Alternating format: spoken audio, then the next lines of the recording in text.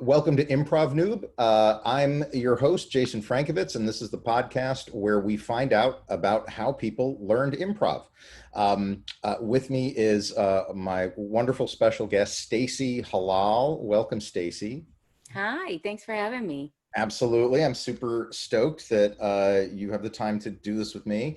You gave me a little bit of info that I could tell people about you. You are the founder and managing artistic director of Curious Comedy Theater in beautiful Portland, Oregon, which I have been inside of one time. Yeah. God, like 5 years ago. You write, you improvise, obviously, you direct, you teach. You are the creator of Ruby Rocket, which is a show, a podcast, and a comic book. Yes. I went to your Kickstarter and I watched your pitch video, and it was great and super fun and funny. And I was like, oh, can I get in on this? Because I have a friend whose daughter is named Ruby, and like it would be a great gift for her. And I was like, oh, she raised all the money. It's all done. Crack. But we will be doing an official comic book and podcast release. Oh, okay. It was supposed to be May 17th. And Colin Mockery was going to be here and do a big show and then do a little Ruby Rocket show with us. Okay. But now that's obviously was postponed indefinitely. So we will be doing one hopefully in September, just online, a virtual version of it. And you'll be able to buy the comic book or merch or Cool. And then also the podcast will be released. Okay, awesome. That's super, super fun. If anyone's interested in it, you should definitely look at rubyrocketpi.com, and curiouscomedy.org and staceyhallal.com. So anyway, I'm just going to ask you the same thing I ask everybody. When you, well, first, how many years have you been improvising? I've been saying 20 years, but I think I've been saying that for 3 years. So I think it's at least 22 years. 22 years. At least 22. Okay. Now you and I met because you were one of the instructors at Improv Utopia West. Yeah. Out here in California. You had a great class. You made it really fun. It was very memorable. And I like to find out, when you were first starting improv, was there a lesson that just stuck with you because it was one of the first lessons you learned? Was there something in a show or something that a teacher said where suddenly you realized, oh, that's why that's a good move, or that's why they tell us to do this, or this little corner of it all makes sense now? Do you have any memories of learning a powerful lesson like that? I do. I have many, but I've narrowed it down to two that were very similar lessons, but very far apart. Okay. And the first was, and I don't even remember the name of the teacher, but it was at the Brody Theater where I very first started doing improv here in Portland. It just closed this year after 25 years. And I was doing a scene. It was in a class, I'm pretty sure, because it was pretty early on. And I had a weird walk, like I was dragging a leg or doing something physical. And my scene partner addressed me as a ballet dancer. And I got annoyed. And I talked to the teacher afterwards. And I was like, clearly I wasn't acting like a ballet dancer, blah, blah, blah. And she was like, why did you assume that? You know, because I was like, well, in that moment, I felt like I either needed to drop what I was doing physically to say yes to the endowment of being a ballet dancer, or I had to deny the ballet dancer. And she said, why couldn't you be a ballet dancer who walked and moved this way? Wouldn't that be a far more interesting character than the expected stereotype of a ballet dancer? And it just totally blew my mind. And it's just such a simple yes and of saying yes to my own offer and yes to the other person's, and getting to a much more interesting place than either one of my ideas that I was so struggling between, and I was so frustrated that this person had taken me away. And I always say people come from either the writing place first or the performing place first when they improvise, and I'm very much a writer first. So I'm always like, it's obvious that, especially when I first started, I don't hopefully do this for him. I just like, it's obvious that this is where the story should have gone. And Right. it's like, no, that's just one way the story could have gone. Mm-hmm. And the beauty of improvising is getting those gifts. And the second time I got the same note, and this is when I was in Chicago. I was working with Matt Hovde, who is a great director at Second City, and I was in the directing program, and we got to get paired up with directors, and I love him. He is like very methodical, and I had an audition for Second City Touring Company, and same thing, I got frustrated where I was initiated a scene very physically. I was opening drawers or looking for something. Someone came in, I acted all guilty, and then the person said, "Did you see the new Dairy Queen is open?" And I just felt like they had completely ignored this whole world I had established. And I just was every day thinking about like what I should have done in that situation, because it was that same feeling of, do I say yes to them and abandon what I did, or do I hold on to what I did and negate what they did? And it wasn't until I finally told Matt, where he was like, wouldn't it have been great if you just pulled a ice cream cone out, like that was what you were hiding? And I Yeah. was like, of course that's what I could have done. And it's not the only thing I could have done. There's a lot of ways I could have done it, but it was that lesson of saying yes to what this out of the blue offer is, that I think is out of the blue, and finding a way to combine it with the thing I brought on with me. That's that particular lesson speaks to me very loudly, because when I was starting, I was very kind of premise driven. You said, you're like, oh, you're like, oh, I'm a writer, and I'm not a writer, at least not yet. And I wasn't much of a performer when I started, but I just had a notion about how things are supposed to mechanically operate in the actual valid world. Um, and I would get very locked into like a rut, a particular, like a realism rut, because I hadn't really embraced the possibilities of improv at that point. Um, have you heard of this exercise called cat clock? Not by that name, No, maybe by something maybe else. maybe you know it by another name. This was something that Brian O'Connell taught me. It was a way to sort of practice justification by yourself. You just kind of are going around the world. You're going through your day. You're looking at stuff, and you see a cat, and then the next thing you see that catches your eye is a clock, and so you say cat clock, and then you say a sentence about what a cat clock is for, or why the world has a cat clock, or what's interesting about a cat clock, or what kind of problem a cat clock solves. And it was great. I did this like nonstop for like over a year. Um, and it really sharpened my ability to just take any two arbitrary things and come up with a way to talk about it, and a way to justify it quickly.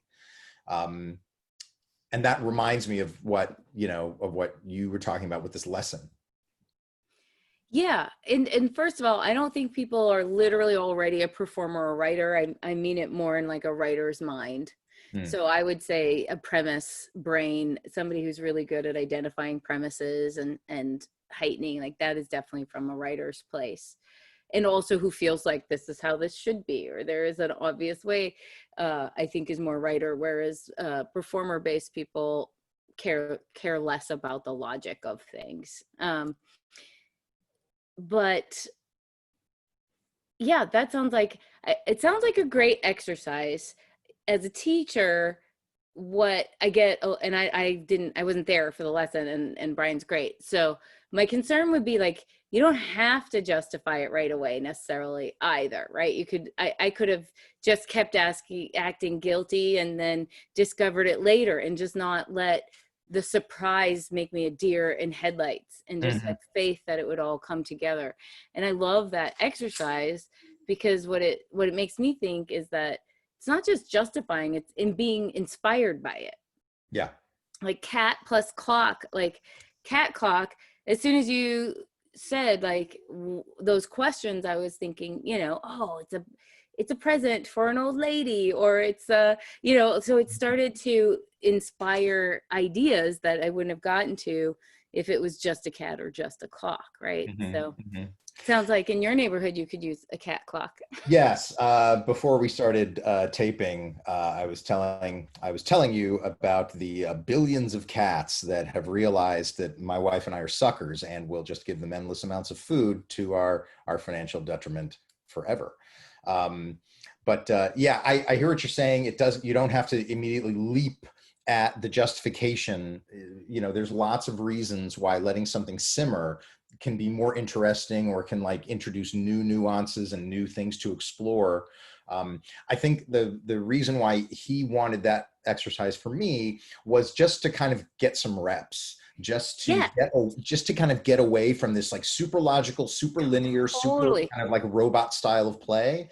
Right. Um, And and make you then more comfortable with the unexpected combinations of ideas. exactly, It's a exactly drill right. for sure. I get that. I totally get Exactly that. right. I It was just like just, the word inspired versus justified because yeah. it's more fun Yeah, yeah. and No, more no, totally. playful.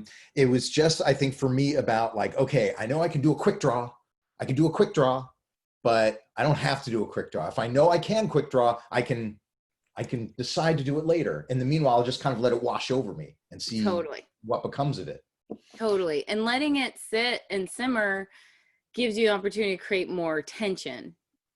And Yes. the longer I do improv, the more I'm thinking about how much it's just creating and releasing tension, which is why somebody like Jordan Peele does comedy and horror, because in their spirit, it's very much the same idea of creating tension and releasing it intentionally and understanding how to do that. Um, so that's why when people justify stuff in a scene verbally immediately, it explains it away, and we lose the tension that came up with cat and clock. Hmm. Hmm. uh, and yeah, so I love the drill, um, but it just made me think of my concerns around justifications that happen too quickly. Yeah, yeah. The tension point is that's something that Jay Sukow is really a big proponent of, and a very good teacher about, is the ratcheting of tension and the dissolution of tension. It was never a concept that was like super integral to my educational path, but I'm kind of discovering it a little later. But it's a super valuable and just interesting way to look at a scene. Yeah, Um, I don't think it was discussed much in my educational track either. I mean, we talk about it in terms of heightening, yeah, right? And um but that's the idea. The heightening to me is taking a rubber band and pulling it until it's almost going to break. yeah. So you can do that fast, and it's a blackout scene, right? It's like snapping an eraser or a rubber band, or a longer show, or a longer scene is going to be just pulling it all the way out, and you can release the tension just a little and pull the tension again. You Right. can release it all, and that's when the scene's usually over. If you're Hmm. doing an hour-long show, you're going to be pulling that rubber band and releasing and the tension and pulling it back uh, as much as possible, and that's how you give something legs, right? But if you're immediately like cat clock, the cat needed a clock to know when to eat, like, then the scene's over. Yeah. But if you say cat clock and everybody's like, what is that? And then you explore all those questions Brian told you to ask Hmm. within the scene and take your time with it, because now you're comfortable Yeah. with it, because you've done this drill he taught you. It Yes. doesn't scare Boy, you did as I much. ever. Because that's the thing. The surprise causes fear, and then the fear caused judgment, and it caused deer in headlights reaction from me. Yeah. Yeah. And you're certainly not the only one. Yeah. That's really valuable. And I like how you had two different memories of learning this lesson that were separated by a large period of time. About how many years were there between those two stories that you said? Probably, first one was probably in like 99, and then the other one was in like 2006. So like 6 or 7 years. 6 or 7 years. So, I mean, you've tamed that beast pretty thoroughly at this point. Yeah. And I think there are so many lessons you have to learn. Like there was a certain amount of that lesson that I was able to enact and act on the first time. But by the time I learned it the second time, it was a different lesson, breaking different habits. And I think that's what's incredible. Like when I moved to Chicago, I had already been doing improv for 5 or 6 years. And I started all the training centers at level 1 and learned a lot. And that's a big thing I love about improv, is that no matter how good you think you are, you're going to take away things from the same exercises and the same lessons every time you hear them. Yeah. And when you go back, you're like, oh, I get it. And you get it from a different place as you get more and more advanced or just experienced as a Yeah. Yeah. It's like a fractal, yeah. like if you zoom, like you see a shape and you're kind of at a certain distance. And then when you zoom in, you realize, oh, there's another shape in there. And then there's 8 matching shapes inside that one. And each one, and you can just keep going. Yeah. And I think there was something about the audition piece of it the second time, because, I have massive stage fright.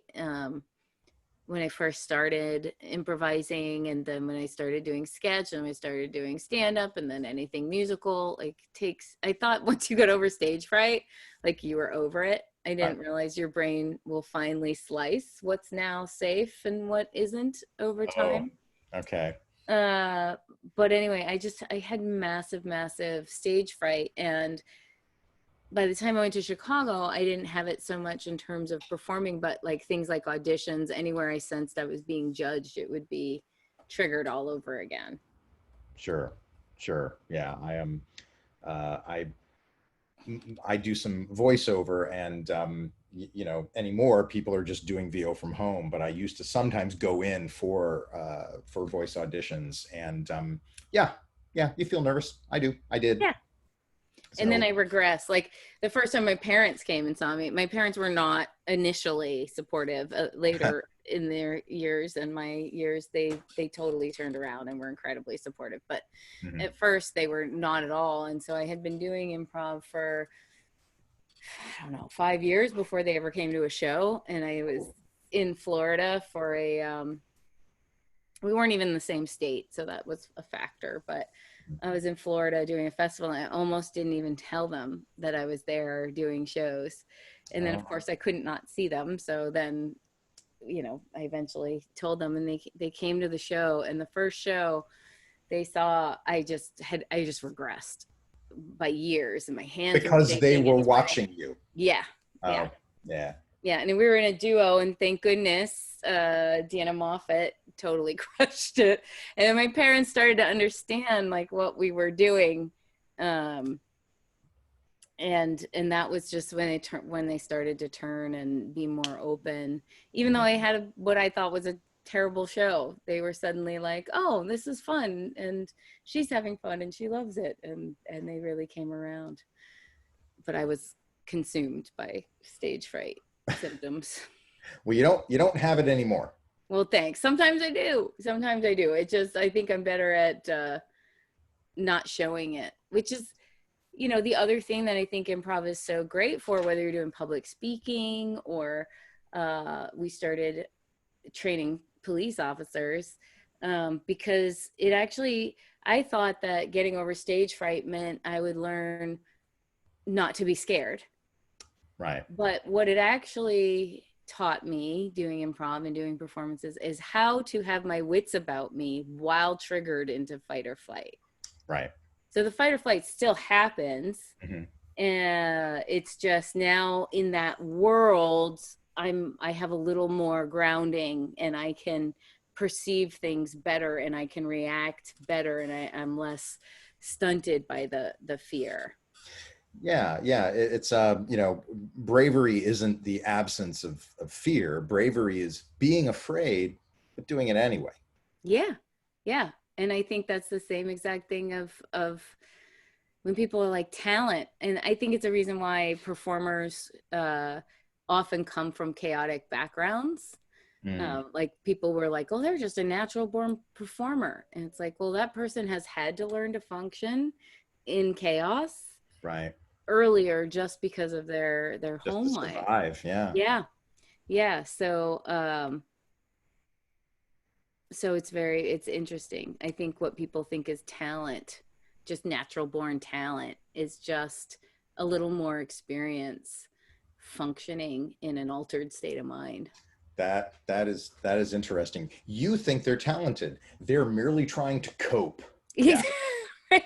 Right. They're just a And little and they could be further down. both. Like it's not Yeah. an either or, right? No, They can be those two things together. for sure. Um, Stacey Hallal is the creator of the Ruby Rocket character, and you can follow all the great stuff that she does at curiouscomedy.org, rubyrocketpi.com, and Stacey Hallal. That's Stacey with an EY, and then it's Halal, HALLAL. Is that halal like Muslim kosher halal? It is. It is. Although it's weird. Sorry, the dog's freaking out. Hold on one second. I'm half Syrian, Oh. and so it is an Arabic word that means the right way, Mm-hmm. which ties back into everything we've just talked about. Uh, because there is no right way. You But just went meta, Stacey. We I went meta. did. But Yeah. my dad used to always say, my dad had no accent. He was born here, but he would Uh-huh. always say the halal way, the right way, the Right. halal way. That's great. And that's what we grew up with, like do the right thing and be a good person. Um, and so a lot of that fear was coming from, am I doing it right? Which, Doing of it course, right. we know Yeah. there is no right Sure. way. But my family was Christian Arabs, not Muslim Right. Arabs. Right.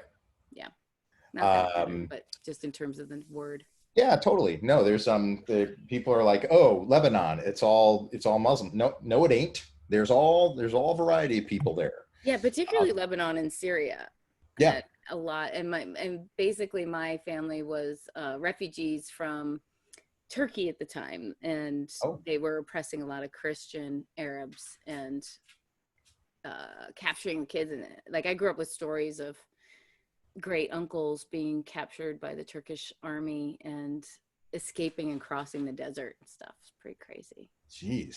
And then I went to Turkey as an exchange student. Just by coincidence, or? Totally by coincidence. And I was so scared to tell my grandmother, and she was totally just like, I hope you have an amazing time. She wasn't like, oh my God, don't go there. You're going to No. have to cross a desert to get away.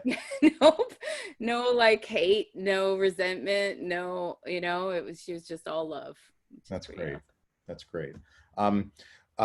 Thank you again for talking with me today. This was super fun. I learned a zillion things about you that I did not know at all. So thank you again. This is Stacey Hallal has been my guest. I've been your host, Jason Frankovitz. Thanks very much for watching and listening. And until next time, we'll see you then. Thanks for having me.